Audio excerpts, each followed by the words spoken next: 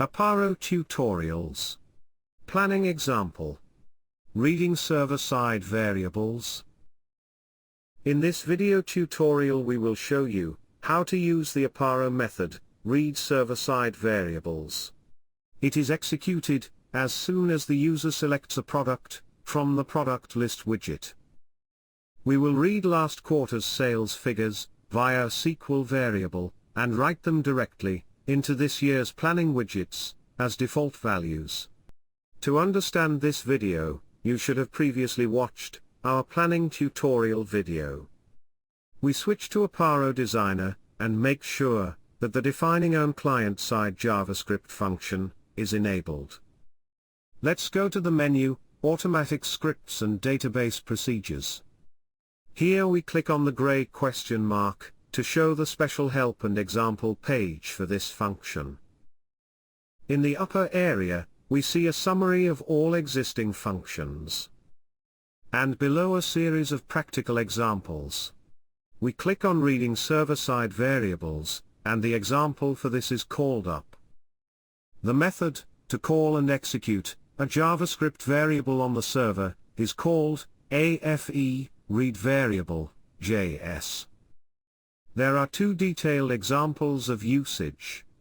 The first describes loading and using a single row of data, and the second describes loading and using many rows of data in one step. As you may remember from our other tutorial videos, JavaScript variables are very powerful in Apparo. They can call and execute SQL commands like select, insert or update, but also run other scripts, send emails, and much more. For our tutorial we will use the first example, for reading a single row of data. It consists of two parts. In the first, we will find the example code, for use in the browser, and in the second, the content of the corresponding JavaScript variable. We copy the code example, and paste it to the Automatic Scripts menu. The parts of the script are the definition of the variable, source element. The call of the function document on change, which calls the function event, when users change the content of the widget, with this JavaScript ID. In the function named, event, we assign the value, this, to the variable source element. This refers to the current widget line. In the next line, we declare the variable, drop-down key, and assign the value of the widget, of the current widget line, with this JavaScript ID. Get AFE table widget value, simply reads the value of the widget, which in this case is a drop-down widget, and the widget value is the lookup key value. The command let declares a variable, as does the command var, but the validity here is limited to the current block. In the next line, we declare and fill the variable, drop-down value, using the method, getAFE table widget lookup value, which reads the lookup label value. In the next line, we declare and fill the variable, date value, using the method, getAFE table widget date value, which reads the value of a date widget. The if block is an example for using a calculation, only if the variable contains a value, which means the widget was containing a value. It avoids script errors based on empty variables. If, exclamation mark, followed by the variable. This will be only true if the variable is filled. In this case, the calculation within the if block will be executed, otherwise not. To calculate and compare date values in JavaScript, we need to convert the date value into a more usable format. The Unix timestamp is an integer representing time in milliseconds, from January 1, 1970. This can be done using the function, getTime. In the next block, the method, AFE variable JS is called. This passes values to a JavaScript variable, the variable is then executed on the server, and then passes the return values to this script, where the values can then be further processed. The variable name parameter contains the name of the variable to be called. And the callback method name parameter points to the method that is called when the variable returns the values. In this code example, the function from the end of the script is called. The next three parameters are the variables we want to pass to the JavaScript variable. The values are the lookup key, and the lookup value, as well as the converted date. It is important that these variables always start with an FE underscore. The last block consists of the already mentioned function that processes the return value of the JavaScript variable. In the if condition, it is first checked if the return value contains a value at all. If yes, then it has a length greater than 0, and the condition would be true. If true, then the inner part of the if condition is processed. In this example code, the return value is then written into the widget, with the JavaScript ID 01. We will first look at the example variable, and then adapt this script here for our purposes. We click the gray question mark again, and go to the example for the variable. Here, we copy the example code, and go to Variables in the left menu.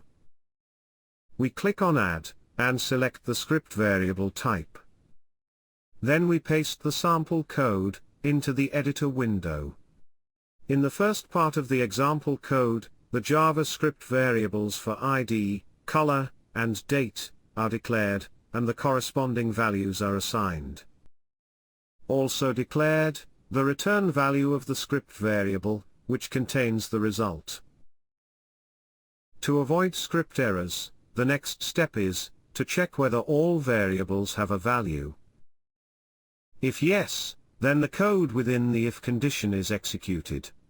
We declare the variable params, which is an array that will contain all the values for the SQL query. For the first two parameters, we pass the ID and the color. To use the date, we convert it to a date object with new java.sql.date.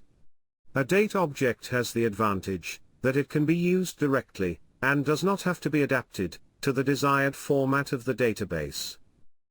In the next step, we fill the result variable. With a fe.executeSQL, select one row, we start an Apparo JavaScript method, with which we can call a select over exactly one row of data. We select product ID, product name, product color and production start date from the product table where product ID, color and start date is equal our parameters. The question marks in the query will be replaced with the values from the browser-side script, in the order given here. The result could look like this. In case not all parameters contain values, the script would ignore the select, and jump to the else condition, and simply return empty string values. Result array finally returns the result of this script. Let us adapt the example to our needs. This script must be triggered when the user selects a product. The product lookup widget has the selector ID 1. We need the drop-down key value only from this widget. The selector ID is the same. At this point it is better to change the get method from getAFETableWidget value, which reads the value as a string, to getAFETableWidget num value, which treats the value as a number. Otherwise we might run into problems when using languages with different decimal separators. We delete the other declarations, and also the date widget parts. Also not required, passing string and date values to variable. We change the name of the called variable to reading quarters. In the last part we will write the values, returning from the script variable, into the 4 quarters. The first quarter has the ID 3. The additional output text can be deleted here too. We copy this part and paste it another 3 times, for the 4 quarters. Then we adapt the widget's selector IDs from 3 to 6, and the result variables from 0 to 3. As last part, we have to adapt the variable to our needs now. We enter reading quarters as the variable's name. We will use the ID variable from the script, directly within the where condition, so we can delete all declarations, except for the result array.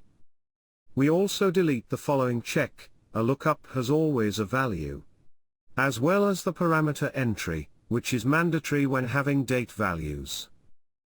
Also not needed, the comment, and the else condition. At this point, we can also merge the first two rows into one. Now we adapt the select statement. Select quarter 1, quarter 2, quarter 3 and quarter 4. From fedemo.sample, _preset, _lookup. Where product ID is equal FEID, the value from the script. The comma, and the entry params must also be deleted here.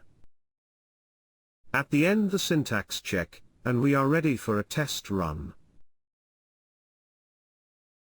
We click Run, to start the business case. We select the product line, and a containing product. And we see, it is not working. Which leads us directly to the last topic. Debugging browser-side scripts. Most errors, except for logical errors, can be found in the Apparo log file, or in the Apparo trace log. Browser-side scripts are executed outside Apparo, and therefore cannot be tracked in the logs. All popular browsers support a developer mode with the F12 key. Under Console, we see a list of all script errors in red. The error message says that a bracket is where it should not be. We return to the script and investigate where the problem lies. This is the bracket that is mentioned in the error message. These two brackets, that belong to the event, are open here, and here. We also have two open brackets in the variable call, here. We have to close them, and end the call with a semicolon. Now we are ready for the final run. We select product line and product, and the script works as intended. More information, and a free trial, on apparo.solutions.